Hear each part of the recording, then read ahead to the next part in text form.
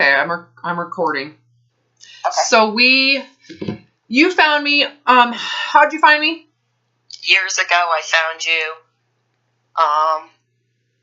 when I was buying HCG, and your name came up, and you know, your name comes up when you search for HCG. Mm-hmm. And then I found your videos, and I found your book, and I started watching them, and I felt bad because I knew I had used HCG as a diet. Mm-hmm. And I didn't know how to get to the point where I didn't want to do that.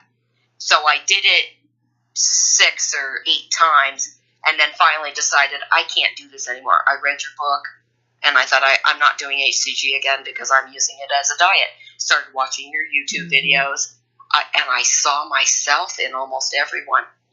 Mm-hmm. I've been chronically dieting for 40 years, gaining, losing, regaining more and more, wondering what I was doing to my body on the inside, and never really able to break free. Did you ever get help with like binging, eating disorder stuff? No, I never did.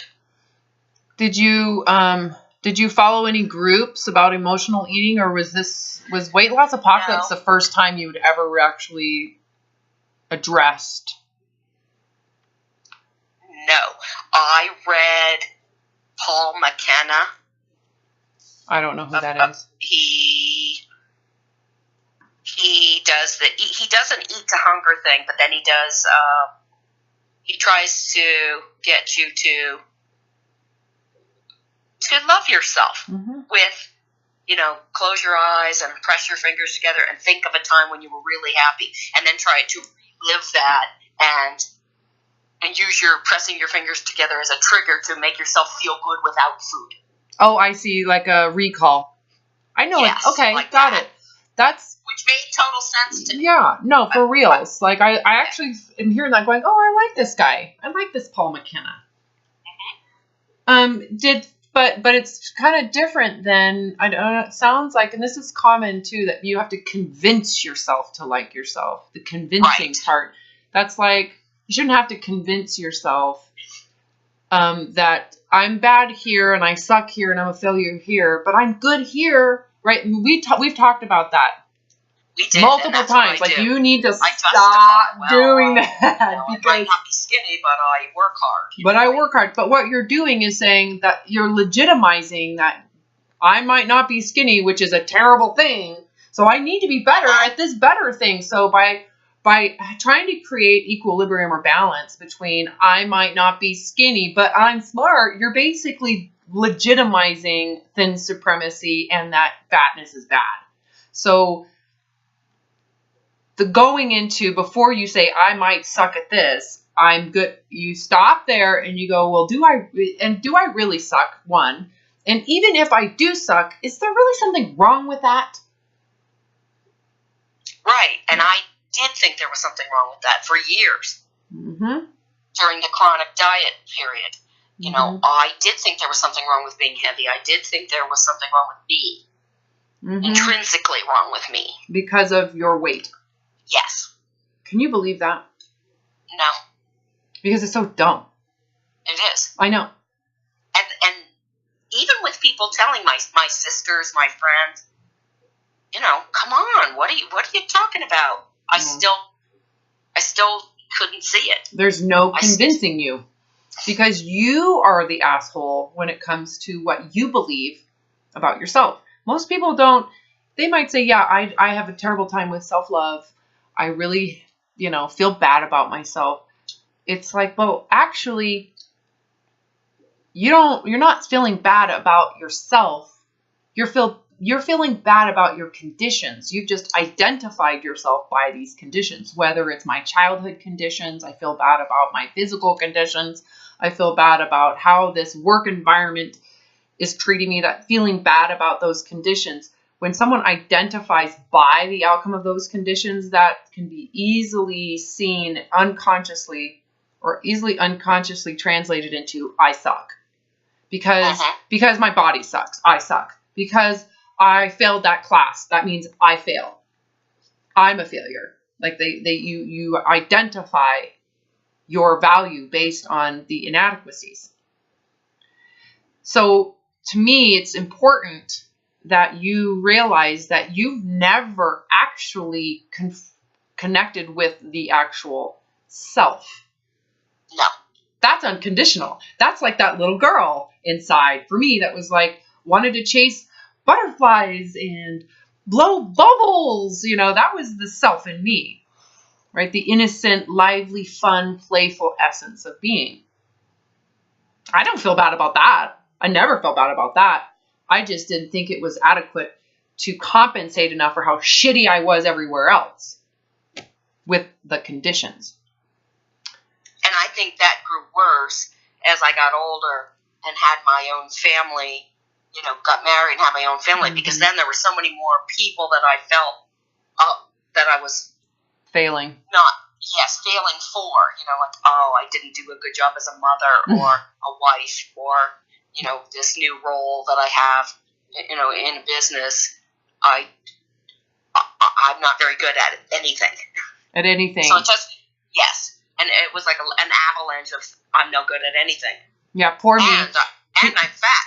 And I'm, which is like just the worst thing ever, right? And I'm fat. It's just like, that's like terrible. Anyways, but you can see that victim role too. That was, I think, also really important. So to give the viewer here context, you and I have been working together a little over a week. Yes. We had a consult last Wednesday. Our first session of 10 was on Friday, and now we talked on Monday, and now we're talking again on Friday. And between then and now, what has happened to the binge eating and emotional eating and eating issues? They're very much reduced. I'm very much aware of how very few times I'm hungry when I think about eating. Mm-hmm. It doesn't take much work anymore. It doesn't take much. And it's not hard to walk away or to dismiss the feeling without eating anything just because I can. Yeah. What we've done in the short time we've done, what we've really focused on, because we could look at this. I mean, I look back at our work just in the consult and this third session that we're talking in right now, and I'm like, we haven't even talked about the hunger scale. We haven't even talked about food. You've watched enough of my YouTubes to kind of know in the backdrop that I'm going to eat to hunger. I give myself freedom to eat what I want, no pressure, no stress, no anxiety. And you and I have been talking about body image, right? Your self-image around your personal failures that you have felt bad about. I don't need to talk about all that on this video unless you want to, but you know, we really haven't talked a whole lot about food at all. I think I was, you know, by the time I came to you, I had watched enough YouTube videos to realize that I was headed in a bad direction. And yeah, or you noticed you were going around in a cycle. Did you notice where I needed to go? Just I needed to be tweaked. Mm-hmm. Like you maybe needed to see things a little differently. Were you noticing that you were going back into the cycle of going on another diet instead of facing some of these issues? And then that probably increased your food consumption, and you could just get a sense that, okay, I'm not going there again. I'm not doing that again. Yeah. That's right. And that's when I decided it was time to contact you, because I thought, well, here I go. I'm talking about doing HCG again after I had already decided that I wasn't not going to do it again. Mm-hmm. So, and I started to lean that way again, and I thought, okay, now I need to do something different.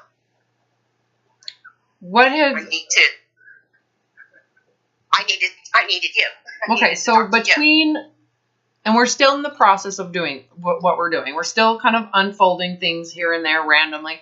But overall, what do you think has been really impactful over the last few sessions together that may be helping you in this, that may be directly impacting your freedom from these food issues? Well, you made me aware of all the underlying things that go through your head that lead you to the behaviors, like the victim behavior. Mm-hmm.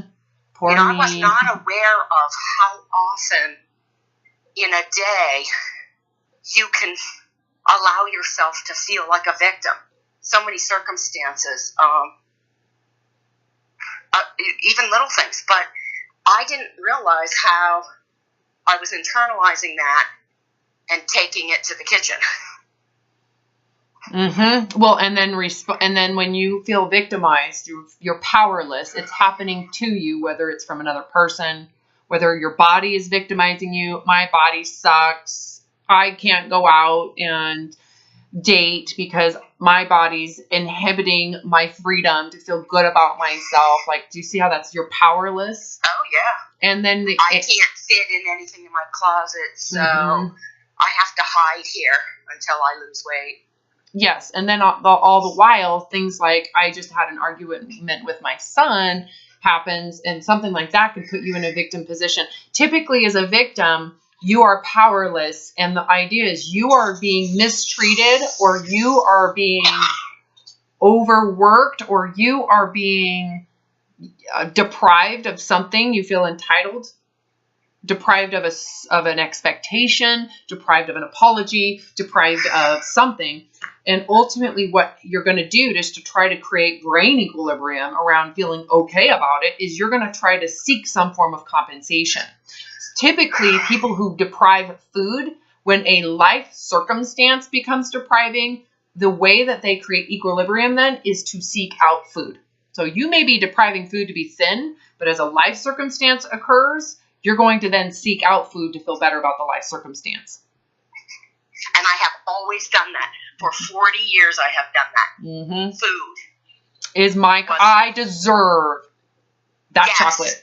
I deserve this bacon, blue cheese cheeseburger. Yeah. And he said that to me, and he doesn't appreciate me. And he doesn't even know what I do.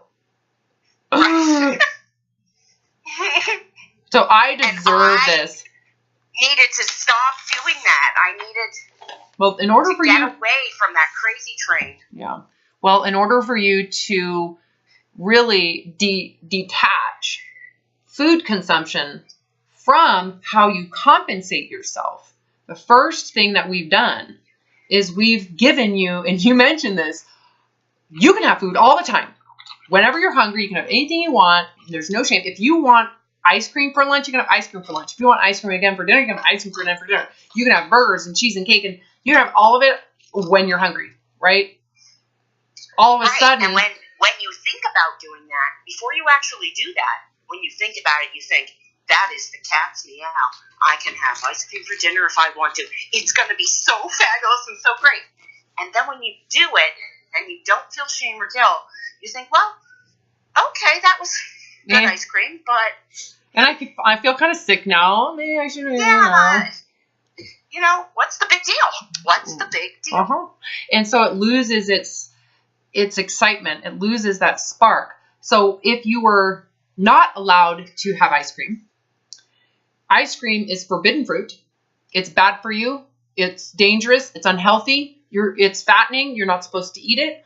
All of a sudden, when that victim position shows up, poor me, I'm pissed, I deserve ice cream. And so you're negotiating with your diet to get the food you really want because of that bad reason. So how you're relating to food in the victim position, how you relate to using food as your way to compensate yourself is only there because you cannot eat that food any other time. That's right. And I've done it for years. Memorize that. I don't want to do it anymore. So it's not worth it. So here's how this is kind of unfolded. You've given yourself free rein. Now and then we noticed victim position.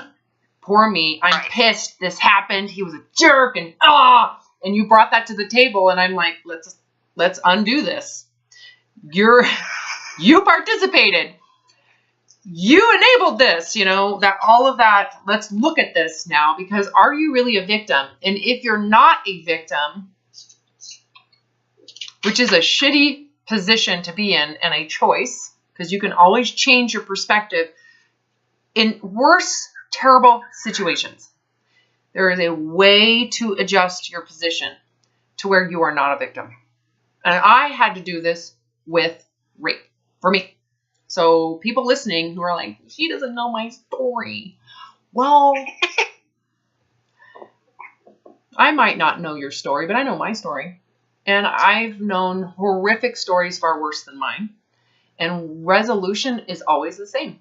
I had to change my perspective so that I was not a victim. And I'm not a survivor, because that's fighting victim. That's a victim fighting.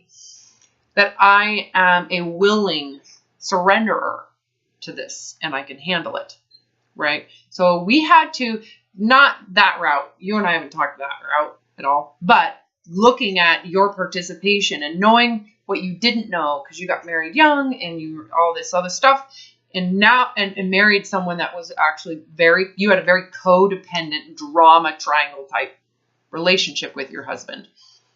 And going back, knowing that there was enabling going on, you did get something out of it, that you weren't the victim. You were easily the persecutor too. You persecuted him, he persecuted you, and you both were victims, right? Right.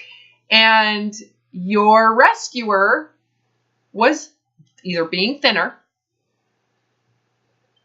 doing something else, right? Going shopping, right. Seeking attention elsewhere, or right. Food, right? Because it's either I want to be thin or I want my food. Those two can't happen at the same time. So right. The other distractions, they're shopping, other types of I'm going to reward myself.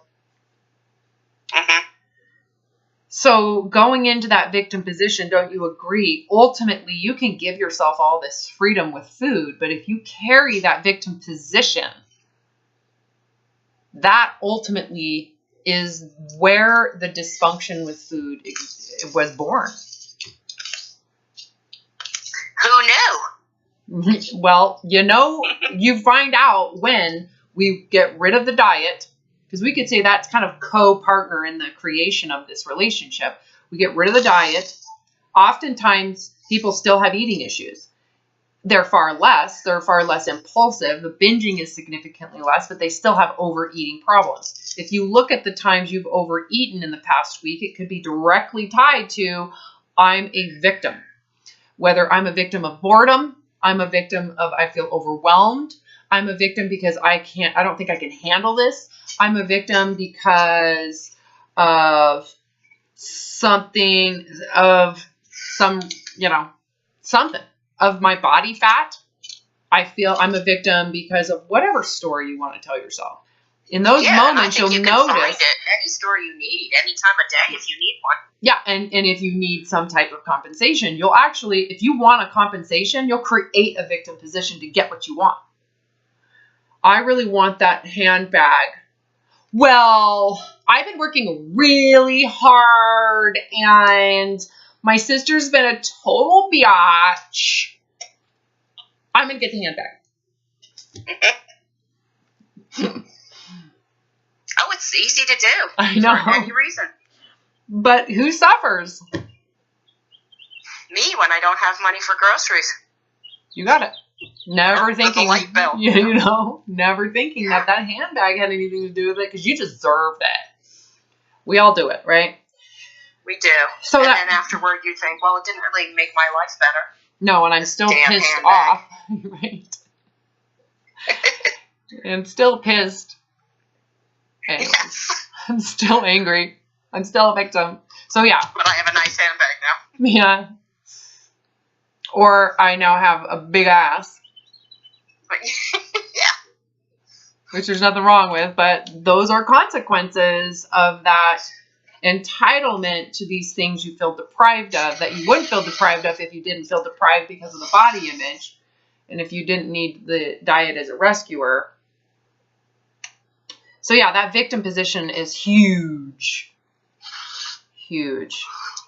For some people, it's very, very, very painful to let that go. Yeah, and I'm lucky. It's not overwhelming to me. No, it's interesting. It's been a lot of work. You've done a lot of work. Now, but I know I can. I don't need to use it for the rest of my life. Mm-hmm. So at this point, because we're still early on in this process, there's still plenty of room for you to relapse. Meaning, I can't handle this body. I gotta go. We need to fix it, Robin. I can't do this anymore. I need control. I'm overeating. How am I supposed to live this way? I'm gonna get huge. How about my health? All of that stuff can come up. Not saying that it is. I'm just saying there's potential for that. Right. With everybody I work with. Yeah, and I can understand that. That's a deeply ingrained feeling for me. Looking in the mirror and going, oh. Yeah. Oh, that's something I wanted to ask you today. Have you, because you walk around disgusted with your body. You're disgusted with it. The first couple of times that I had said to you, imagine that this is the body you're going to be in forever. And your first response was disgust. No. How do you feel about it now? A little better, but still not real happy about it. I'm so glad you're honest. Pardon? I'm so glad you're honest. Oh, yeah, it's, because that helps me know how to help you. Hard for me. That is hard for me. I'm trying to say here's what I'm doing. I'll look in the mirror and go, ooh, look at the size of those upper arms, and then I'll say, but yesterday I lifted, how many bales of straw. Yeah. So okay. So I'm doing that thing that I do, which is this is shitty because my arms are so sucky and fat. But look how strong I am. Yeah, which is to some degree you're managing, but you still are validating that larger arms are sucky. And in order for you to be okay with sucky large arms, you have to have some type of other quality that we can worship around your strength. Right. Most people wouldn't know that there's problems with that that is actually maintaining your dysfunction. That means that in order for you to feel better about shittiness, you're going to have to overreach and compensate equally. Which is a recipe. I didn't know that until we started talking. That's a recipe for insanity. Should any human being with larger arms have to prove themselves equal oppositely in the positive direction to the negative that you're told to feel about your arms? No. And I think no one's asking me to prove myself except me. Well, of course. I'm doing this to me. I know. This is what I don't know how to stop doing. How do I stop wanting to hate myself?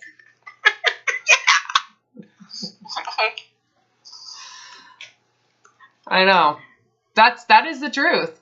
I actually had a client right before you and I were talking. 2.0, Say that again? Where's the Sheila 2.0? Exactly. I need to reboot. But you have to be willing to let go of Sheila 1.0, the one that you fantasize about and you picture in your head. And she's got her shit together and she's super perfect and she owns the business and she's like super successful and she's in control and she's thin and healthy. That has to die.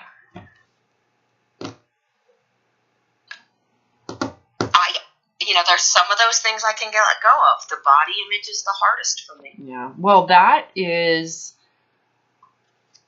where recovery is. Right in there. It's a crappy place to go, isn't it? Yeah, it is. Oh, I know. I'm struggling with it. Well, it's painful. Yeah, because you have to go into your own bullshit about it. I mean, you think it sucks, so because you think that, guess who gets to feel like suck? Me. Yeah.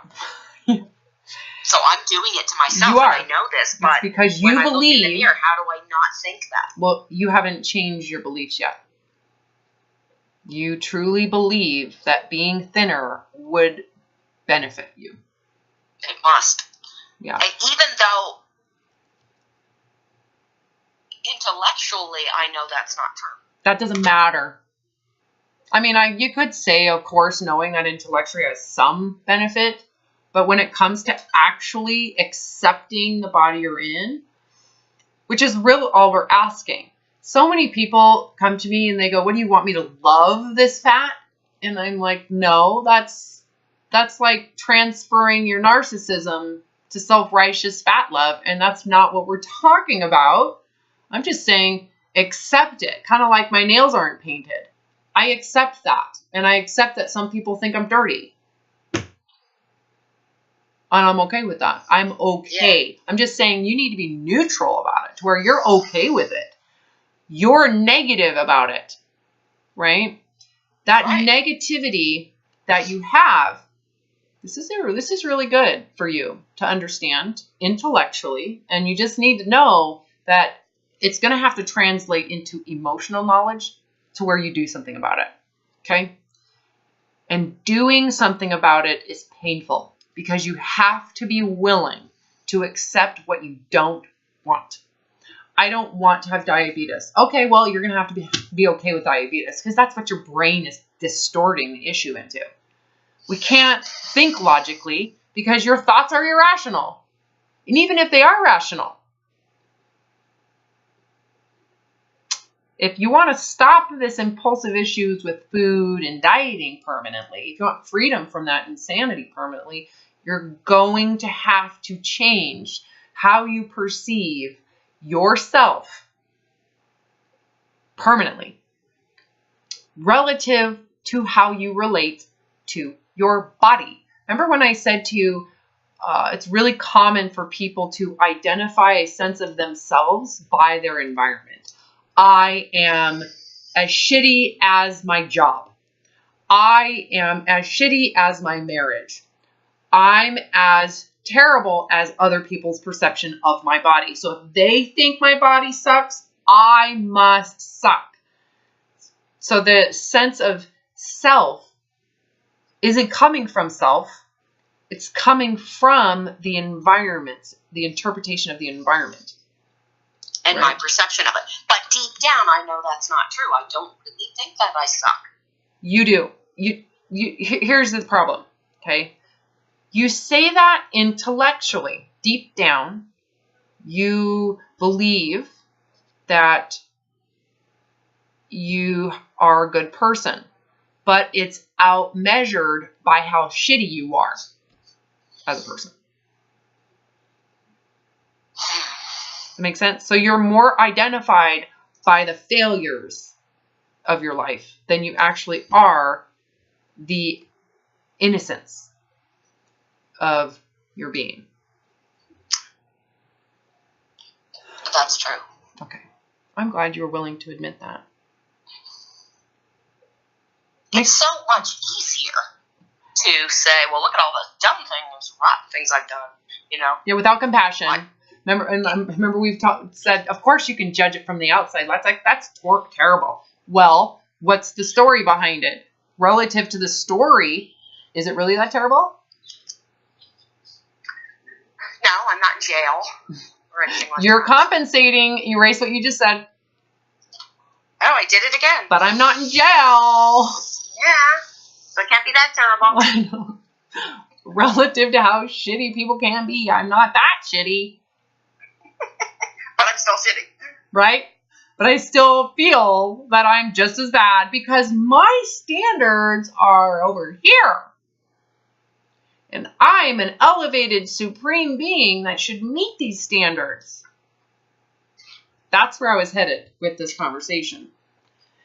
No one questions their standards because you believe in them. You believe that they're honorable standards. That those are standards that we should all be wanting to achieve, such as thin supremacy. And don't we all want to be healthy in our slender bodies? Isn't that what we should all aspire for? Even without that, aren't there things we should aspire for? No, shouldn't we? Well, that's a good question, but do the best we can. Well, relative to whose decision is what's good and what's not. What's the best? Who knows what's best? What makes you feel proud? You know, what makes me feel proud? Then that's all I really need to do. Yes. Is to be proud of myself. Yeah, and the question is, are you holding yourself to an expectation that's outside of your actual capacity? I don't know. Yes. The answer is yes. You wouldn't feel so bad otherwise. So the difference between your expectation, your standard, the one that you believe is honorable, we should all meet this standard without lenience. This is the key here, because you're not lenient around at least your standards around body image. You're becoming more lenient, right? But the fact that you look in the mirror and feel disgust is a sign that you are lacking lenience. Okay? So here's your standard, and then here's reality. Okay? The difference, the space between your standard and your reality creates loss, victimization, failure, inadequacy. I suck. I am under my expectation. I'm failing. So the difference between your expectation and what happens in reality creates a sense of loss. You look in the mirror, and the only reason you come up with the emotion of disgust, that stems from an ideal in your mind that you believe you should have physically. Yes. It also says a lot about maybe the fantasy around thinness being pretty. So the word disgust to me comes from ugly. So I can assume, and I am making an assumption, I could be wrong, that to you, the ideal or the standard you're holding yourself to is physically pretty, feminine, small, dainty. It's that pretty ideal. Yeah, pretty, or, you know, like athletic, strong but athletic looking. Defined. And it's defined by society, you know, mostly for me. But do actually, you ever walk into a room and gravitate toward an unattractive person? I mean, if you're going to get married, to me, there had to be a physical attraction first for me to want to. Yeah, see, I'm. Don't use me as the example, however, because I am way more concerned with how I interact. And that's something I think now I am. Okay, I was going to say, this is something that wisdom... But not when I was younger, and not younger people. Yeah. See, I had that out-of-body experience, suicide experience at 20. So I'm not the best example of like... Yeah, I remember that in junior high and high school.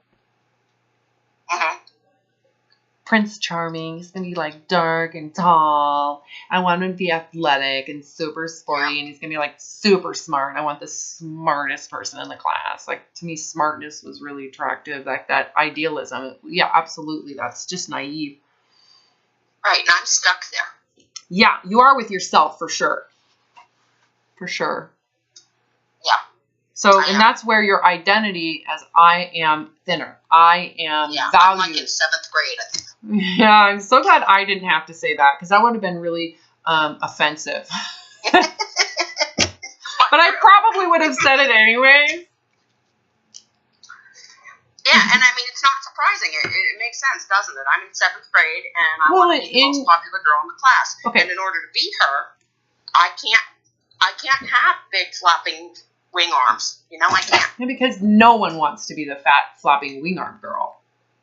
Or no one. Not, especially not in 7th grade. That is just really shitty. Yeah. Right? I mean, you're basically saying that any girl with that body is useless, worthless, has nothing to give, has no value. Unattractive, never get married. And they're worthless. And there's You're done. no heart. There's no soul in there. just a blob. There's no... How does that make you feel? Bad. Describe it. Like, I feel like I know people, you know, there's lots of people in this world that aren't ideal. I mean, the ideal on TV body. And they're fabulous people. I need you to... I mean, I love people. So I don't care what shape they're in. I'm doing this to me, but I wouldn't do it to anyone else. Okay, I was just about to say, you need to stop talking about other people. I need you to... What I'd like you to do is connect with yourself as an actual, like, being.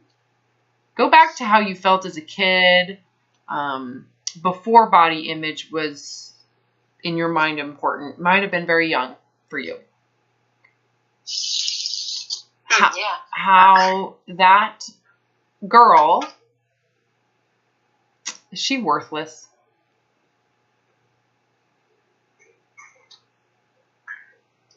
No.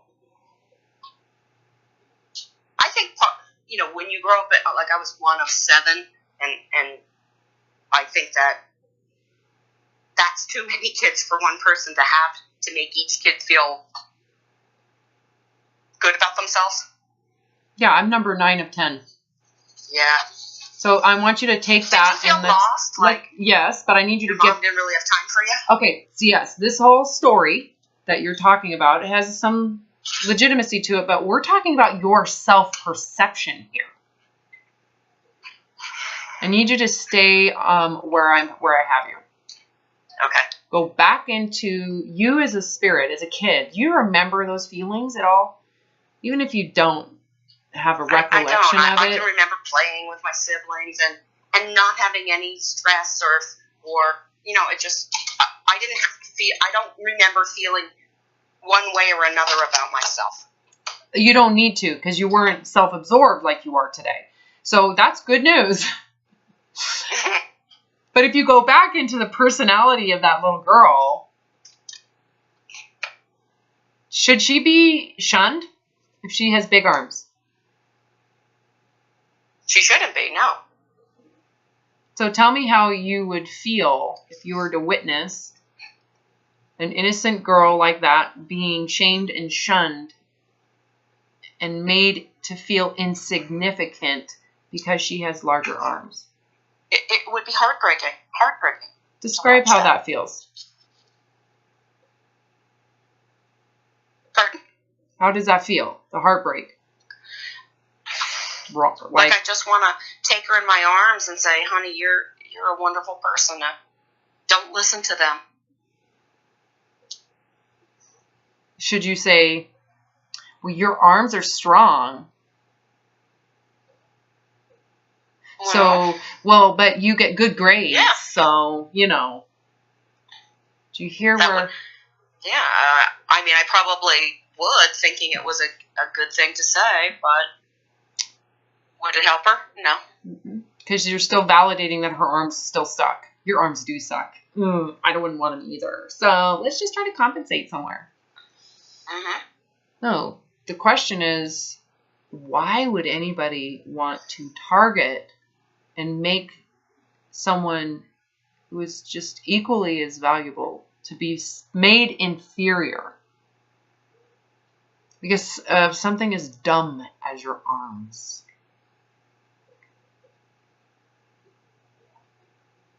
I don't know why anyone would want to do that. Because they're trying to feel better about themselves.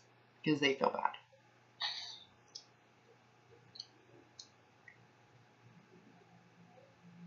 So what am I trying to do to myself? Well, if I'm picking on myself, you're the asshole. That yes. Yeah. So I'm trying to make myself feel better by picking on myself. Which is really not working, is it? No. So remember how you said, I would scoop her up and I would love her. You're like, it doesn't even matter. They don't value you. They don't value you. They just value arms. They're arm people. Yeah. They're in the arm religion. Excuse me. So how you felt for that child, that compassion and like, oh, that's wrong. This is not as she's a victim position, but I want to protect her. Like, I don't want her to take it serious. Right. And intellectually I know that, and that's why I resorted to like tapping. And I thought, oh, well, that's how you change those thoughts, those internal thoughts. Mm-mm. You tap them away. Then you're going to be tapping your whole life. Right, and I'm going to have a big dent in my head from, I'm not anti-tapping. I tried that before recovery. Yeah, I did too, and I thought, well, good try. Didn't hurt me, but... Well, and for some people in some other situations, it may be very beneficial. For this one in particular, since it is, I believe, a contract that you've made as an identity, tapping cannot change the identity that you want and how you identify yourself. It didn't.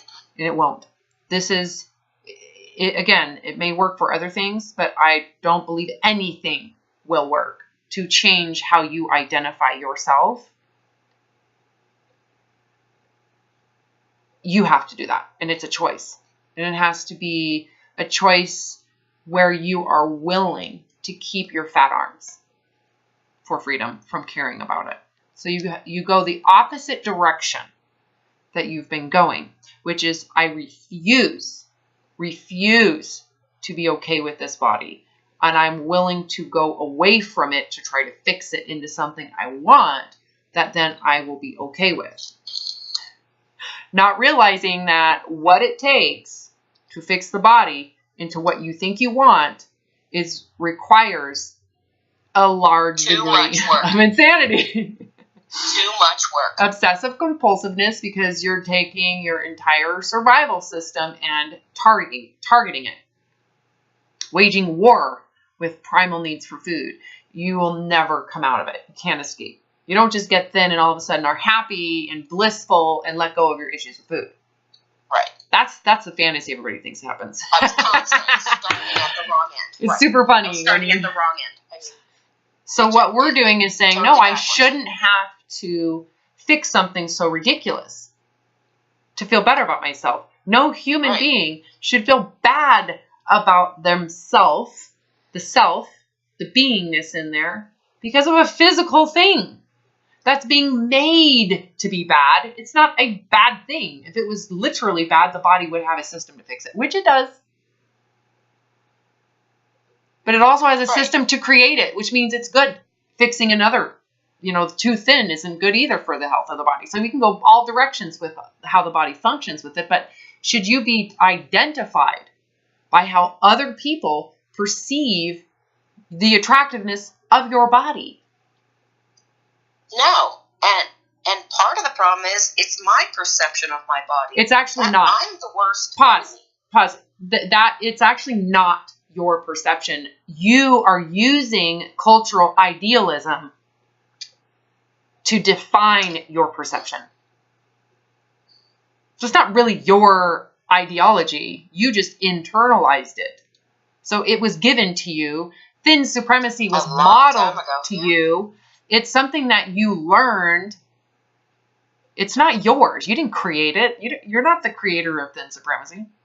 It's not your idea. That's why it's important that you are identifying, however, as the person at this point that is holding yourself to it. It is a system. It is a model given to women in particular. Mm-hmm. That if you choose to want to identify and to perform in that model, how do you like it? All right? How do you like that choice 40 years later? I like it. I want out. It took 40 years for you to figure that out. It did. Yeah, but you're still holding on to, but I want to be thinner. I'm a victim of my fatness, even though you created it. Mm-hmm. Right? Although I needed the food. It was having a hard day. took me a long time to figure out that didn't make my hard day better. I know. Because that's a state of mind. Didn't make me happier or better. No, it just gave you a temporary sense of like, yeah, I'm going to break my toy. Yeah, no one's telling me I can't have this food. Yeah. I'm having it. As I eat in a closet, hiding from my own shame, created by my own issues. So you have to actually sit in your fatness and question the image in your mind that creates disgust. Should any human being feel disgust? So align the body you have with disgust and rethink if this is worthy of disgust. It isn't. You have to feel that. Not even close. You need to feel it emotionally. I know. It's not even close. It's absolutely distorted to be even ashamed. Shame of what? Of this? What human being deserves to feel shame about themselves based on what has happened and how you got here? Is it really worth shame? All of the dieting you've done, all of the effort you've put towards being thin, your heart and soul towards this, is that really worthy of shame? Because you thought you were doing the right thing. No, it's not worthy of shame. I know. It's really not. Plus, there's a real person in here, right? There's a real being that exists. Why is that being completely ignored and given very little voice, very little credit, right? That being is being shut down and totally blocked from life because the body it's in is too fat. Well, not all by itself. I mean, I think there are a lot of issues that go into how you get to the point you're at, why you don't feel valuable, why you feel like you're not your soul. Your soul disappears. It's inundated with daily life and choices you make, and I think that you have to dig it back out. Well, or you just need to question all of these ideals that you've been holding yourself to that are out of touch with reality.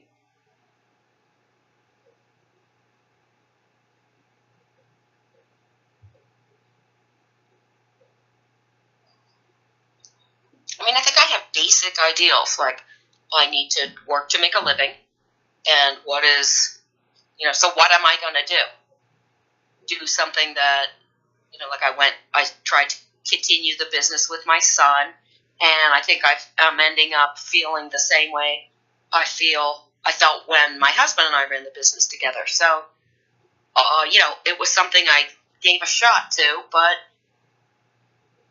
I spent 2 years doing it. So with your son.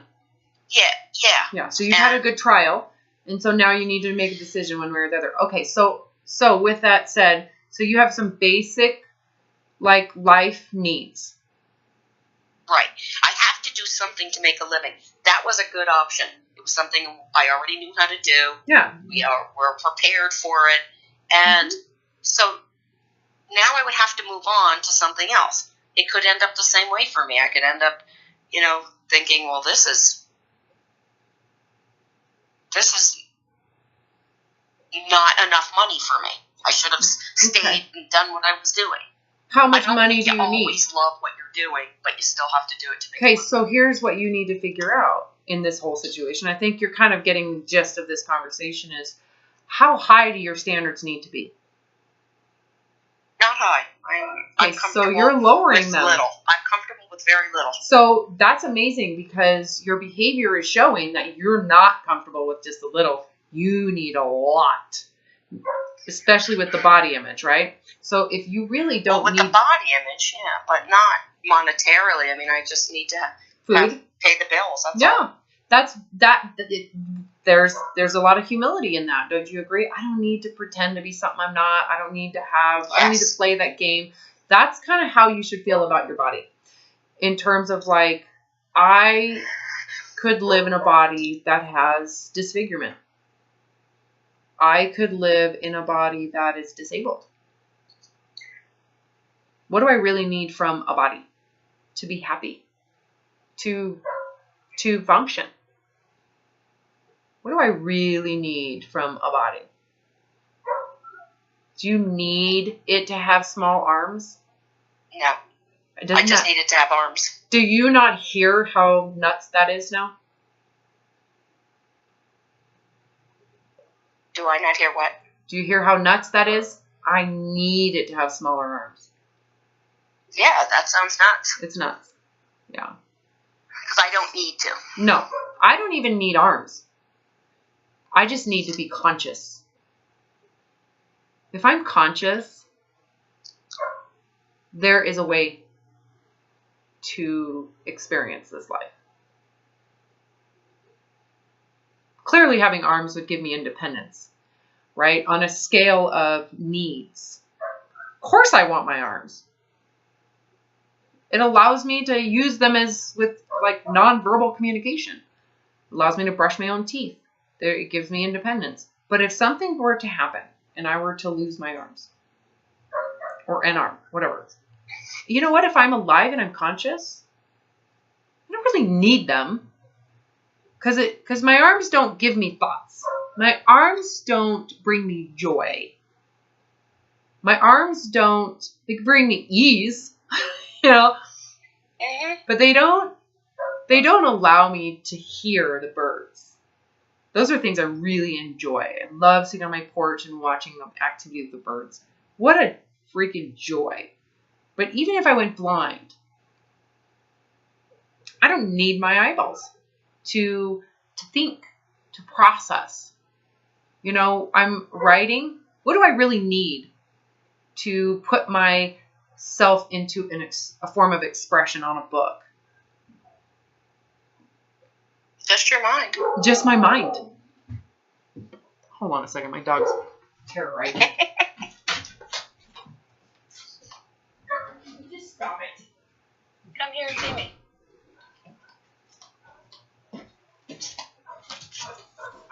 Oh, come here. Oh, he's a good doggy. All right. So I think that's where you need to go, because your disgust for your body has a lot to do with what you have created in your psyche as a baseline of need. I need thin arms. Those are the mental imagery that you have of what you think you need to be happy in a body.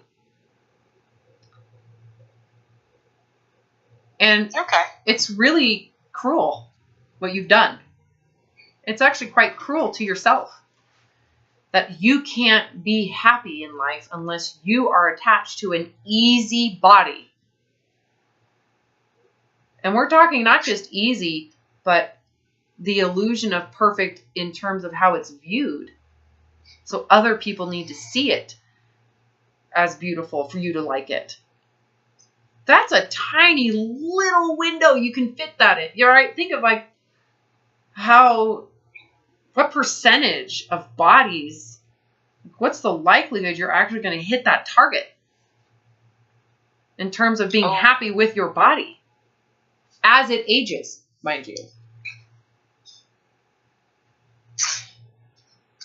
I don't know. I'm trying to steer clear of that. So maybe you need to re-identify, like you said, Sheila 2.0 is super cool with any functioning body. If it's alive and kicking, that's all I need. Even if it's in a wheelchair, I can have a badass time in a wheelchair. I can get a lot accomplished in a lifetime in a wheelchair. I don't need to have my legs to really create a meaningful life. No, but I still think I need to do it. To do what? Create a meaningful life. Well, so you need to maybe maybe focus on diminishing your meaning away from body image. Yes. So you have access now to infinite possibilities of meaning as a person. It's with a purpose for being here. Because the more you fixate on feeling disgust and shame about the body you're in, what happens to your freedom now to devote your life to whatever purpose it needs to be, whatever your calling is? Oh, it's distracting. Very distracting. Yes. You can't get to your purpose until that box is checked, which means you'll never get to the purpose. Because your purpose becomes trying to fix your body first before you're actually willing to live. And I have to, and I know that, and that's why I contacted you. I have to find the way to get away from that. Okay, so what you're going to need to do is look at the body in the mirror and go, this is good enough. I'll take it. I'll take it. This is perfect. I'm getting there.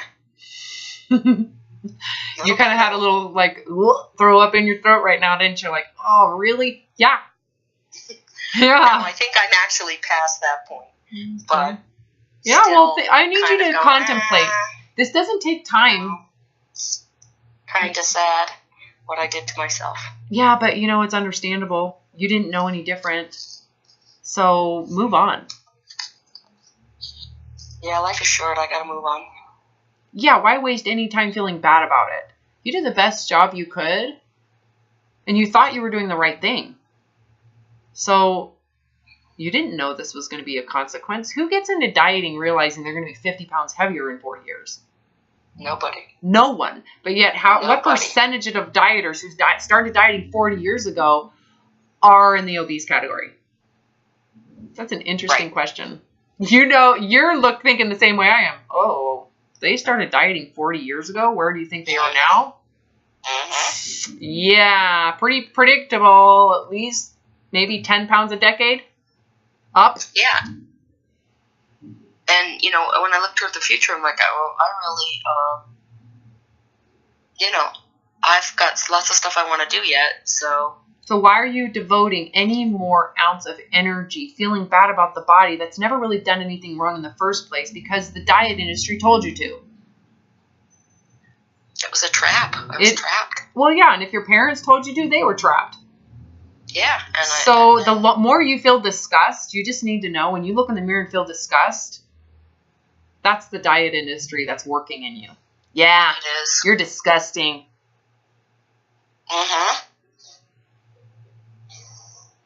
Is it? Yeah, it was a trap. Is it really worth feeling disgusted about? Turn away from that diet industry and create your own evaluation. Is the body you have right now currently worth disgust? No. So that's your... Not even a little. Okay, that's your feelings. Why are you still carrying around your brainwashing? I don't know. You need to flip the switch. Done. This isn't anybody else's body but yours. It's not the diet industry's body. Why have you given them power over it? So if you can live in this body forever, just like this, could you live a good life in this body? I mean, you're currently living a good life in this body. Yes, I could. Well, you are. This is the body you're in. That I am. You're living in it right now. What makes you think you're not living in it? I am. I know. So why don't you inhabit it completely and be okay with this? Can you handle this if this is the way your body's going to be forever? Could you handle this? I could. Do you feel that, or are you just saying that? You feel it? No. I've been thinking about it for a long time. I've been gravitating toward this for a long time, and every day I think about it, and I think I'm pretty lucky. Get rid of the disgust. And then you should just feel, yeah, it's pretty good. I feel pretty good.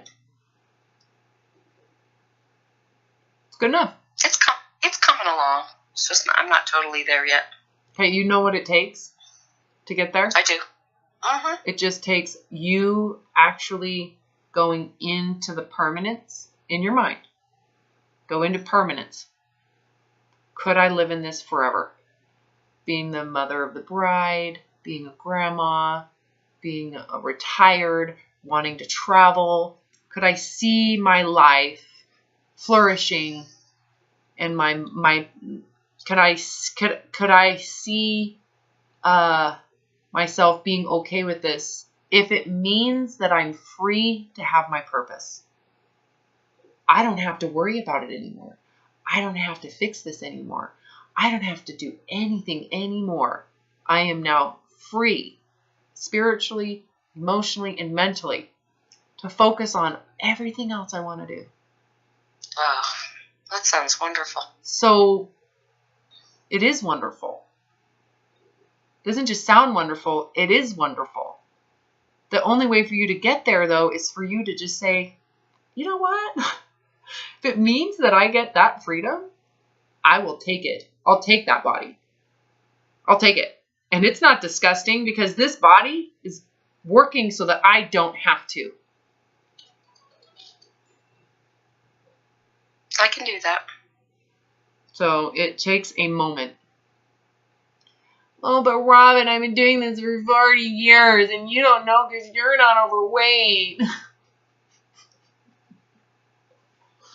Right? Right.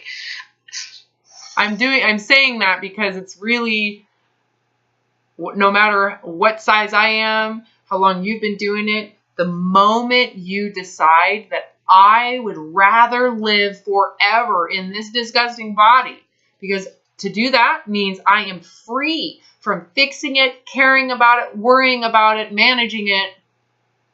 I am free now to do anything with the rest of this life. I have the rest of this life to practice and play and trial and error with other things. I will never again go through the same vicious cycle that I've been doing 40 years straight of this lifetime for this body. You'll be fortunate if you hit 85, okay? So you've spent 40 years chasing your tail. Uh-huh. So the moment you're like, I don't like tails, I'm done chasing tails. Yeah. You think of all the areas of life you get to go. You just got to be okay with your own tail. Yes, and I started. I want to keep going. So that's your assignment until we talk again. Okay. Is to stop chasing your tail, take a look